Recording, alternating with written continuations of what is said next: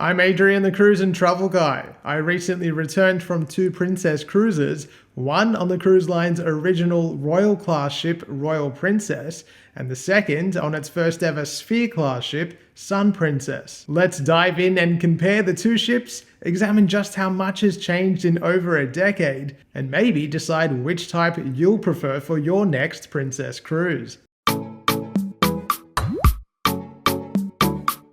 Designing and launching a new class of ship requires years of planning, much of it occurring well before construction begins. With cruise ships costing well over $1 billion, cruise lines understandably want to get it right, balancing new features with traditional elements so as not to rock the boat. So I thought it would be fun to take a look at the 2 most recent class debuts for Princess cruises and see what a difference 11 years can make. While both ships can lay claim to being the largest to ever operate for Princess at the time of their respective launches, Sun Princess is 20% bigger than Royal Princess. Her 175,500 gross tons far exceeds the 140 or so thousand tons of her older sister. That difference is roughly equal to 1.5 of Princess's most famous ship, the original love boat, Pacific Princess. Sun is also longer at 345 meters versus 330, and at double occupancy she can carry 4,300 guests compared to Royal's 3,600. That represents a 17% increase. While Royal Princess was a visual departure from her Grand Class predecessors, she didn't exactly push the envelope when it came to design. Most of her interior remained true to Princess of old, with traditional dark timbers, warm tone marble, and brass metal. Sun Princess, on the other hand, embraces lighter textures and tones and timbers. You'll also see the curves of her Sphere class namesake all over. Circular elements grace her forward and midship structure and provide for brand new passenger zones that we'll see in more detail shortly. Out back, where Royal Princess's boxy stern was dedicated to stateroom balconies, mostly top-tier suites, Sun Princess has instead been designed with common passenger spaces in mind. It's a more modern design language we've seen on ships of competitor cruise lines, and it provides for more outdoor passenger space. Sun Princess does continue with the classic raked bow of Royal Princess, eschewing the more modern-looking parabolic or inverted bow used on Celebrity's Edge class and more recently, Royal Caribbean's Icon class.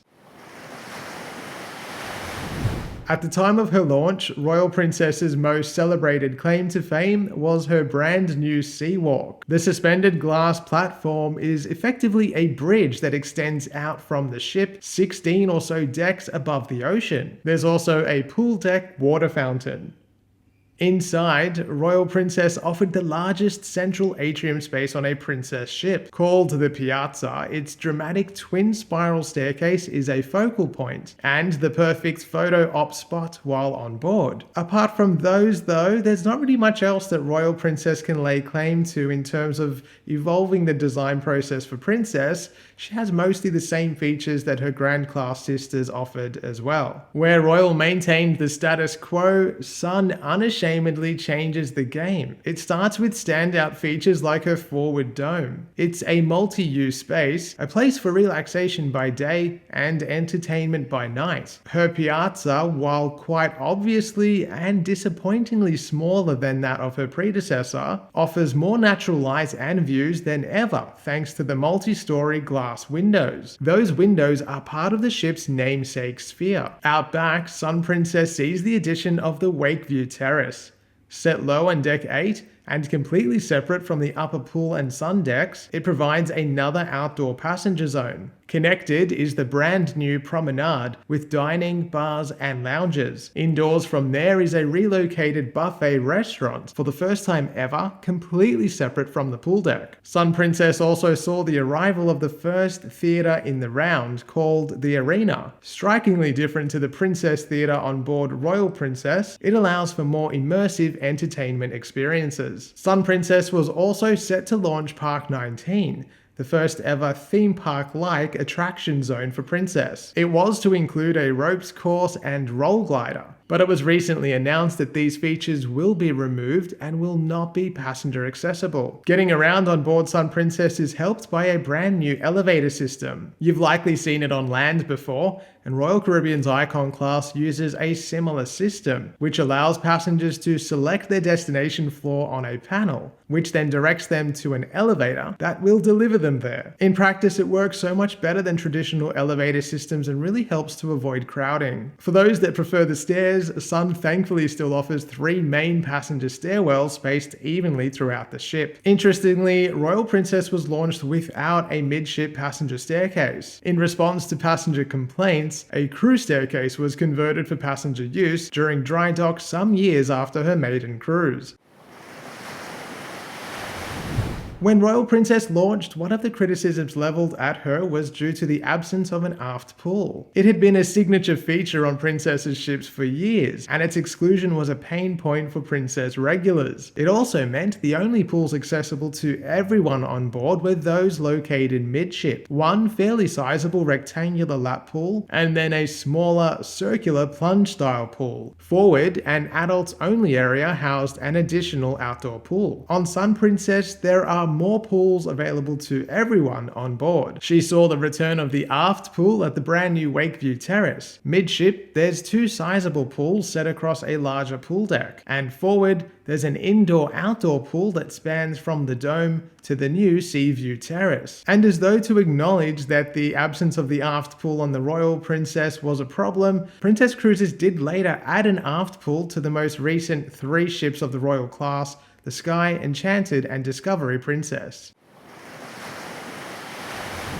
Royal Princess was the first ship in the fleet to take a step towards having a dedicated suite-only zone, which was the concierge lounge on board, a secluded and small space where those staying in full suites could access some personalized service from a concierge, as well as things like a continental breakfast. Where Royal walked, Sun Princess runs. The cruise ship offers a cruise line first, a program called the Sanctuary Collection. It's available across a number of stateroom types, but is included for all full suite guests. It provides access to the Sanctuary Club, a private outdoor deck with its own dedicated pool and bar, as well as a private restaurant with a specialized chef's menu, dedicated waitstaff, and the promise of walk-in dining. It also includes Princess Premiere, which provides passengers with the top-tier drinks package, included specialty dining, crew gratuities, and Wi-Fi. There's also an upgraded suite lounge with panoramic aft views, bespoke amenities, and access to exclusive events.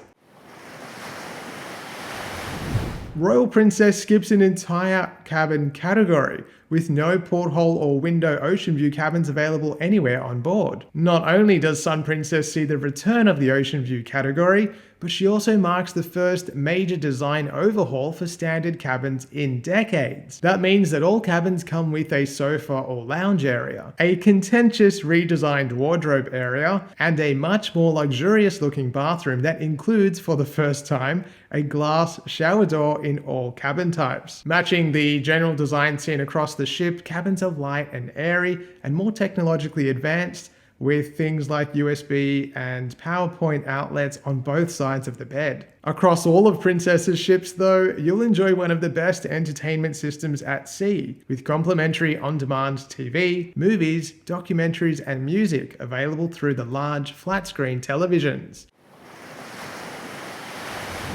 The significance of a brand new class of ship can't be overstated. It's not only a huge investment for any cruise line, but an opportunity for new design, new features, and new amenities. Sun Princess marks a huge shift for Princess Cruises, and when viewed in comparison to Royal Princess, the differences are remarkable. Generally, Sun has been well received in the marketplace despite a rocky start, but cruise reviews are notoriously mixed. While the reality for me personally is that I prefer smaller ships, something half the size of both of these would be good. When it comes to big ship energy, I do think Sun Princess strikes the right balance. She's not perfect, but if I had to pick between Royal and Sun, I would pick Sun every time. If you haven't watched them yet, you can check out my full reviews of both Sun and Royal Princess, as well as fully narrated walkthrough ship tours, all linked in the description below. Let me know in the comments, have you sailed on Sun Princess in one of the older Royal class ships?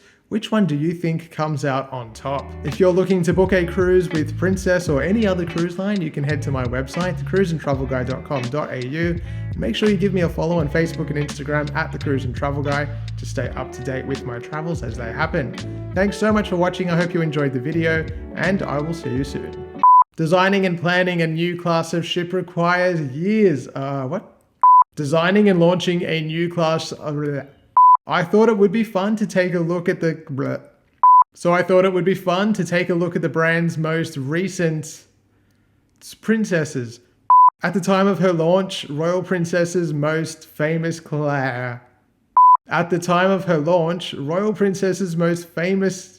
What?